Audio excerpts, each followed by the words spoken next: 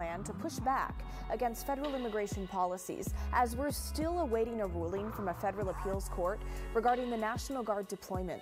Plus, highlights from local leaders as they meet to try and figure out a plan ahead for addressing homelessness. But first, a new audit shows the city of Portland doesn't have money to maintain its parks long term, yet they continue to build more. What the city is trying to do about it next month to save what so many Portlanders love. It's our big story tonight. Oh, I think it makes the city what it is. We all love being outside. We have the most gorgeous parks. Peninsula Park in particular is the gem of this neighborhood. It's where everybody turns, finds community, talks to their neighbors. In the summers, we got the symphony comes and does a deal here, which is spectacular. I am walking my dog here today. We come here every day, twice a day. I love this park. We know all the other dogs who come here. And through that, we meet so many neighbors and people that I wouldn't otherwise meet. What's your favorite part? Do you like to run the bases? I like to run the bases. Yep. And what else do we like to do? Go to the roses? Yeah. I think that it's a really great place for people to be able to get out, rain or shine. Even on the rainy days, you see everyone out here walking anyway. I think that's why a lot of people are drawn to Portland, but it's kind of our secret. They say the weather's really bad, but it's not that bad. You can go to the park almost every day. And you need to know it's part of the ebb and flow. It's kind of like breathing and walking. It's just part of the routine of life. And this is the part that we most look forward to. Okay, so Portlanders love their parks. That is no secret. But the future of our beloved parks and natural areas, more than 11,000 acres worth, could be at risk. And like so many other things, it all comes down to money. An audit released this week shows Portland Parks and Recreation faces an infrastructure crisis. As of September of last year, the Bureau reported that 86% of its assets are in poor or very bad condition. Okay, that's things like playgrounds, community centers, and restrooms. Here's Casey Jones, the director of Portland Audit Services. So we looked at 5 or 6 specific examples of new parks to look at the process for getting something online. That's where we found that new assets were being built without maintenance plans and funding sources for maintenance. Yes, you heard that right. Building new things without a plan on how to pay for maintaining them. The Parks Bureau estimates it would cost between $550 million and $800 million to clear the current maintenance backlog and restore current park assets, money that the Bureau does not have. Despite that backlog, the audit found the city continues to open new park assets without a long-term funding plan for neither the new assets nor the current ones. It is very no-duh. I think a lot of this has been around addressing immediate needs over and over and over again, and that's why we're pushing them to look longer term so that we're not kind of just pushing a problem onto future generations. The audit shows that because the maintenance backlog is so extensive, some assets will fail regardless of how much money the Parks Bureau raises in the next 10 years. Not might fail, will fail. The Parks Bureau itself is forecasting 1 in 5 parks assets will close within the next 15 years if the Bureau can't find a way to pay for maintenance. Some assets will be closed. The city may not even have money to tear down failed assets. That costs money to do. There have got to be some creative ways to come up with solutions. I think the community would get together, and I feel like people would almost come out and volunteer and do the work. Okay, so what can the city do about it? Well, the audit recommends that the Parks Bureau come up with goals to meet maintenance needs, make a fiscal sustainability plan, and let Portlanders know the scope and impact of how they plan to save money within the Parks Bureau. A spokesperson for the Parks and Recreation Bureau was unavailable to talk with us on camera today, but in a statement they said in part, "We agree with the recommendation that city leaders continue to work with the Bureau to develop a fiscal sustainability plan so that city leadership and Portlanders can be confident their park system is on a stable, long-term financial footing." It's important to note Parks and Rec is funded in part by the city's general fund, which is not doing well because of things like lower property values and major vacancies downtown. The other money comes from a parks levy, a property tax, which expires next summer. More on that in a bit. But no federal or state money contributes to city parks. Okay, now let's look at the Parks Bureau in terms of numbers. There are 792 full-time employees and 2,002 part-time and seasonal staffers. Volunteers contribute nearly 400,000 hours to the parks each year. Looking at some assets now, Portland Parks and Rec owns and operates 12 community and art centers, 11 pools, 38 dog parks, 124 baseball or softball fields, 60 community gardens, 398 restrooms, and 102 tennis courts. For the 2023 fiscal year, the Bureau spent a total of $250,000. This year, I also talked with Portland City Councilor Steve Novick. He represents District 3, which includes most of Southeast Portland, from Inner Southeast to I-205. He is the co-chair of the Climate Resilience and Land Use Committee, which deals with parks. One thing that I thought was unfair about the audit was that it blamed park staff for that, when really the blame falls squarely on the shoulders of previous city councils, including the council I served on from 2013 to 2016. The park staff has been coming to us for years saying we don't have enough money to maintain existing structures, they're falling apart. Now, one of those facilities that Councilor Novick says is falling apart is the Multnomah Arts Center in Southwest. You may remember during tense budget meetings earlier this year, he floated the idea of closing the center altogether, but walked that back after it was met with serious community pushback. What we learned from that is that all of the parks facilities are really valuable to a lot of people. And that's why we shouldn't have a rushed discussion about what things to cut. We should have a full conversation with the public about what the issues are and what it costs to fix what. The audit shows the Parks Bureau has 8 new projects, yet staff only estimated maintenance costs for 5 of them at about $4.7 million a year. The Parks Bureau did not create plans for how to come up with that money, meaning they added nearly $5 million in unfunded maintenance, just furthering the already massive backlog. The 3 other projects, the Creston Skate Park, North Park Block Extension, and the University Park, did not have any cost estimates. The audit says a parks manager said they do not create funding plans because no funding source exists for major maintenance or life cycle costs.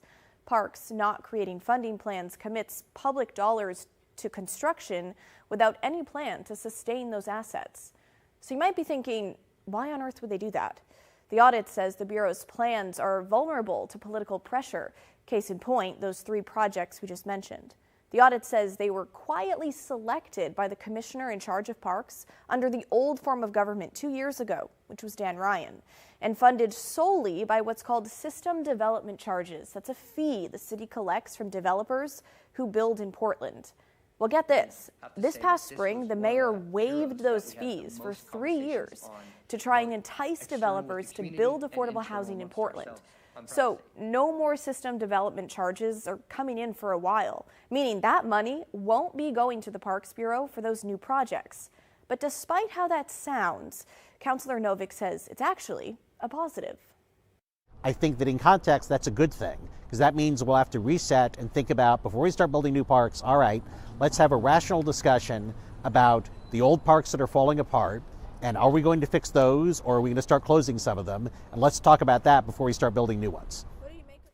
When I talked with Councilor Novick this week, he was just stepping out of a meeting about the 2025 Parks Levy, a property tax renewal. It's on the ballot next month, a ballot that you may have received in the mail today. If not, it's coming any day now. But that levy will be decided by city voters who passed the Parks Levy 5 years ago. Here's a look at what would change if this new levy is approved next month. A lot of numbers here, so try and stick with me. Instead of the 80-cent property tax on every $1,000 of assessed value, it would jump to $1.40. That's a 75% increase. For the median single-family residential property owner in Portland, assessed around $220,000, that would mean about $26 per month, an increase of $11 per month, or about $130 more per year. Obviously, if your property is assessed at more than the median, $220,000, those numbers would be higher. The new levy would last 5 years and is projected to raise $456 million, some of which would go towards funding park maintenance. It maintains funding for current services, which means that we continue to do daily maintenance and cleaning of the outdoor parks. It means that we keep the community centers and pools open. It doesn't do more than that. We know that they are out for a levy right now, and that levy would kind of only be a Band-Aid on this much bigger problem. Now, if you're sitting there thinking, well, I don't own property, I rent, so I'm set, I don't have to pay this. Well, not so fast, because your landlord owns property that you rent and would have to pay the tax. And in theory, they could increase your rent in order to offset the extra tax. Just something to think about. So talk to us. What do you think about what was found in the audit? Does that financial picture sway your vote on the parks levy one way or another? Let us know what you're thinking. Email the story at kgw.com or call and leave us a voicemail, 503-226-5090. Meanwhile, Portland City Council worked past 11 o'clock last night, discussing and eventually voting on a resolution that we told you about earlier this week. It's called the Protect Portland Initiative. Council unanimously passed the plan and also took it a step further, unanimously voting to make the city's sanctuary status law. Portland became a sanctuary city 8 years ago, but that resolution was not legally binding. Now it is. Now is the time for us to model being brave rather than staying silent and hoping things will be okay. As leaders, I believe it is incumbent upon us to use every single tool we have to stand up for our community. But let's get back to the Protect Portland initiative and what exactly it means as the Rose City continues to push back against the Trump administration's immigration policies. It does not necessarily require anything to be done just yet, but instead, it urges Mayor Keith Wilson to take action. It wants the mayor to demand the feds stand down on any deployment plans to the city of Portland, challenge unconstitutional actions in court, and prohibit city bureaus from assisting with protest suppression or immigration enforcement. It calls for community groups to prepare rapid response plans for immigration raids and designate a citywide immigrant affairs liaison. That person would coordinate immigrant and refugee-related policies, develop a public information hub with info about immigration enforcement, and it calls on the city to use all the tools at its disposal to uncover ICE activity and report back to council with that information on a quarterly basis. This afternoon, we heard from 2 of the city councilors involved with this initiative, responding to its passage. This is the first step in taking action together. We know that the entire city council stands for common values that Portlanders share, and we needed to show Portlanders that we were acting as one united body. Obviously, there are different approaches that different councilors are considering right now, but we knew that these 2 items, we would be able to say to Portland, we are on the same page, standing up for our community's values. There are laws, and it is our duty as a city to enforce our own laws. By codifying sanctuary status, we are putting another layer of protection for our ability to govern in the way that we were elected to. So I think at the end of the day, we believe it's our duty to protect Portlanders' rights, and that's what we're doing in these through these measures. Well, coming up next on the story, regional leaders met this week to talk about the response to the homeless crisis. We have updated numbers on their current goals and what Mayor Wilson had to say about future goals. That's next when the story returns.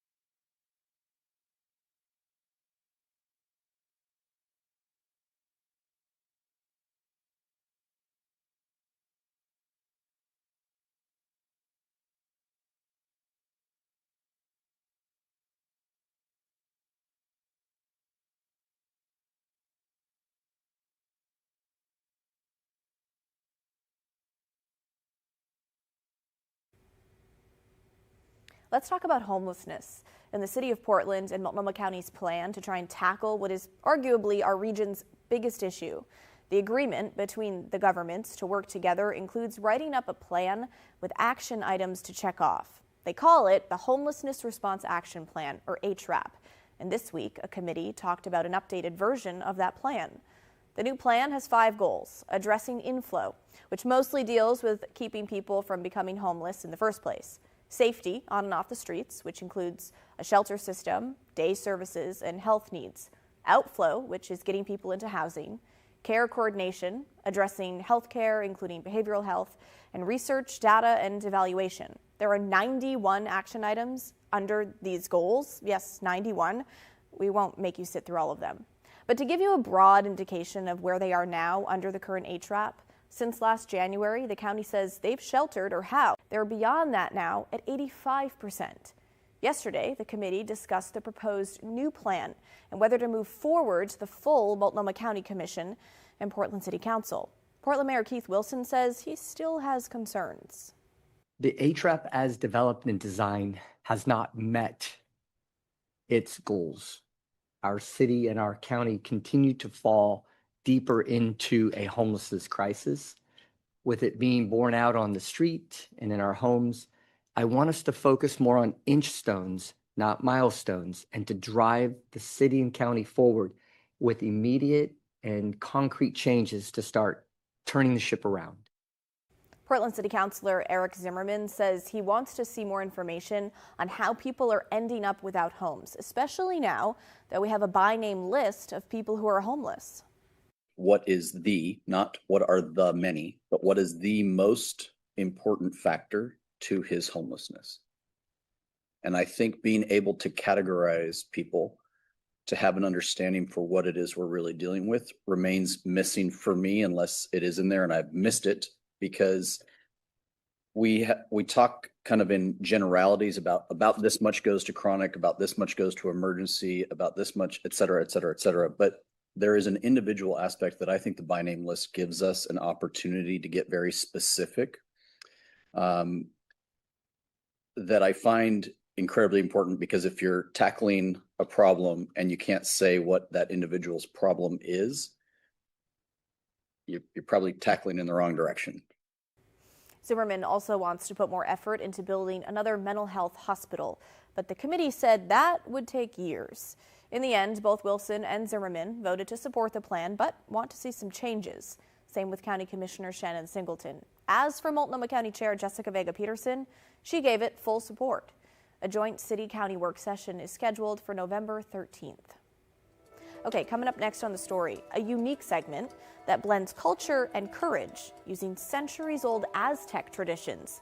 In the state of Washington, how the practice has evolved into activism for justice amid the current immigration landscape. That's when The Story returns.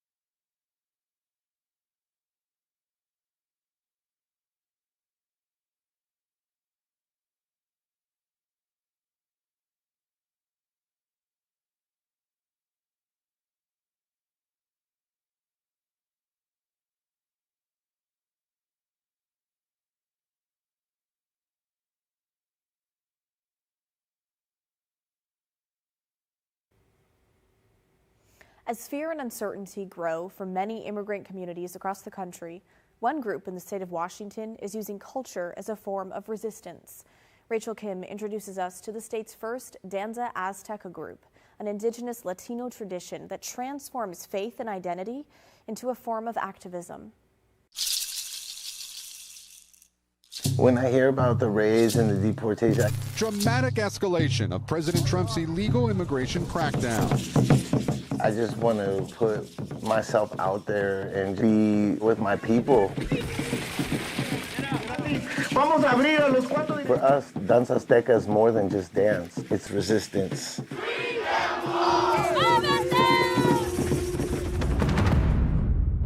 My name is Ismael Xutekpat Lopez.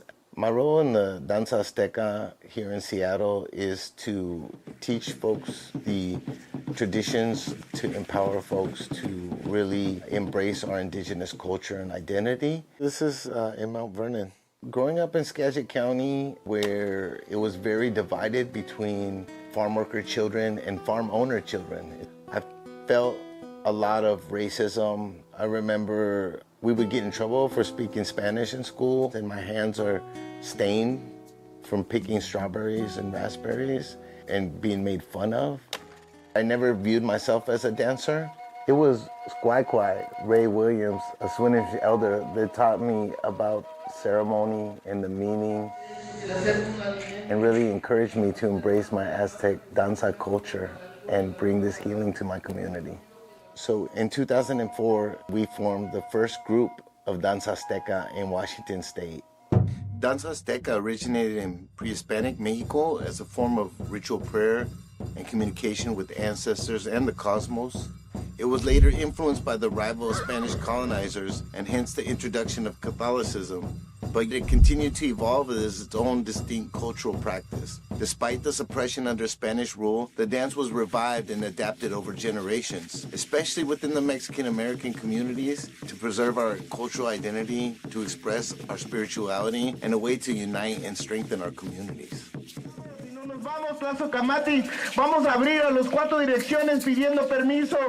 We're a spiritual group, but we find ourselves in the forefront of social justice often.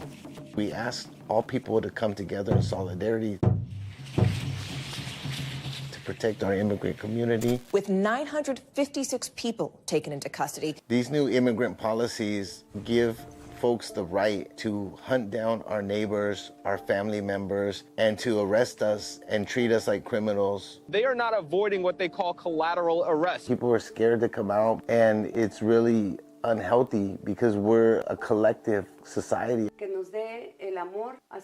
And it's brought a lot of frustration in the youth. We pray that our families stay together. It's not a pleasant way to live. You cannot even go outside to get groceries because you feel like, you might be detained. I moved to Seattle when I was 9 years old.